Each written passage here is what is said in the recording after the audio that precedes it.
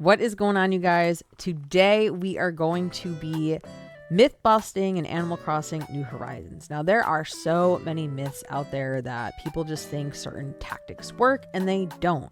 And I am here to uncover them. So coming in at number 1, we have Orville here. Now, it is said, said in quotes, that if you make Orville blush in the airport after you've talked to him, you'll get sent to a really good island. And this is not true. This is 100% a myth. Guys, I did this. I made him blush twice, and I got sent to this island, and it was awful. I mean, there was literally nothing here. There was not one rare item.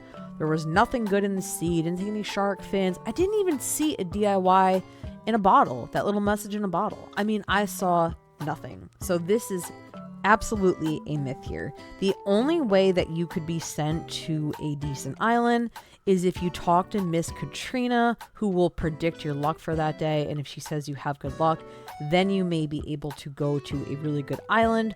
But it is not by making Orville blush. I am here to tell you, don't waste your time doing it unless you just simply want to make him blush. And there's also a myth while we're on this topic, kind of tying into our first one. If you do make him blush, you'll get a really good resident hunt. Like, you'll get some crazy rare character. Guys, the game has no idea what character you're looking for. Like, it has no idea, like, I want Raymond or Anka. It doesn't know that.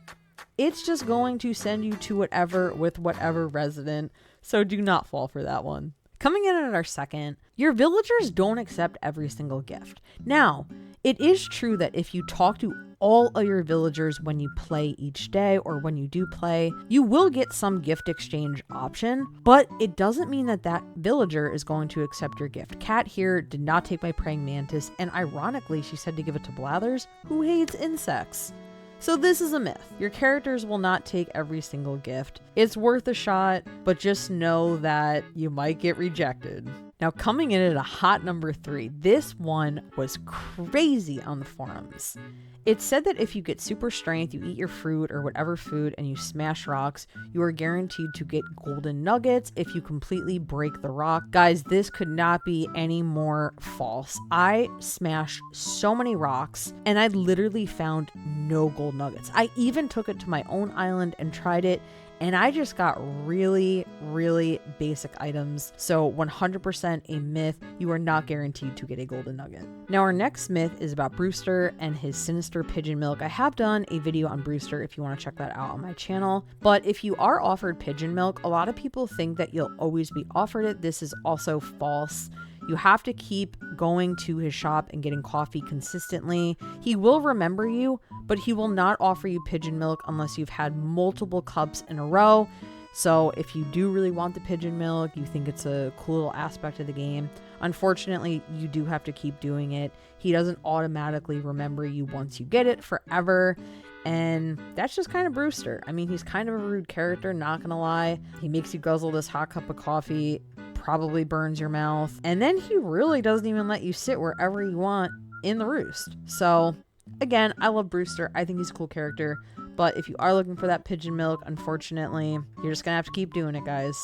So next up, we got Guilliver. I love Guilliver. He is adorable. One of my favorite characters. I think Pascal might be number 1. But when Guilliver shows up on your beach, sometimes I just don't want to deal with him. I don't want to find his parts, his communicator parts, so he can get back home. They're either going to be buried in the sand, they're going to be put in the ocean. You have to dive around, find them. You have to, piece back his communicator, give it to him, and then he leaves. But if you do ignore him, he does go away. He doesn't just stay there, so you can get away from it. But a weird thing that I've noticed is that the rusted parts from his communicator do actually show up in the Resident Center lost item box. So you don't completely get rid of him, I guess, in some sense. There is little remaining parts of him, and you can definitely tell that he was on your island and you were just feeling kind of rude and didn't want to help him. So just a little thing that I've observed after playing for a while that I thought was worth noting. So we have pitfalls. Now, if you bury a pitfall, your villager will fall into it. They can't get out for a little bit. They're going to stomp around, get really, really mad at you. You can even take it further and hit them with the net. I first thought that this was true. If you use Pitfalls and you do this, your villager will ask to leave. And I have 2 villagers right now that I desperately want off of my island, but I am here to bust this myth. It doesn't help. The only things that help your odds of getting a villager to leave and ask to leave is to, 1, just be patient. Time is number 1.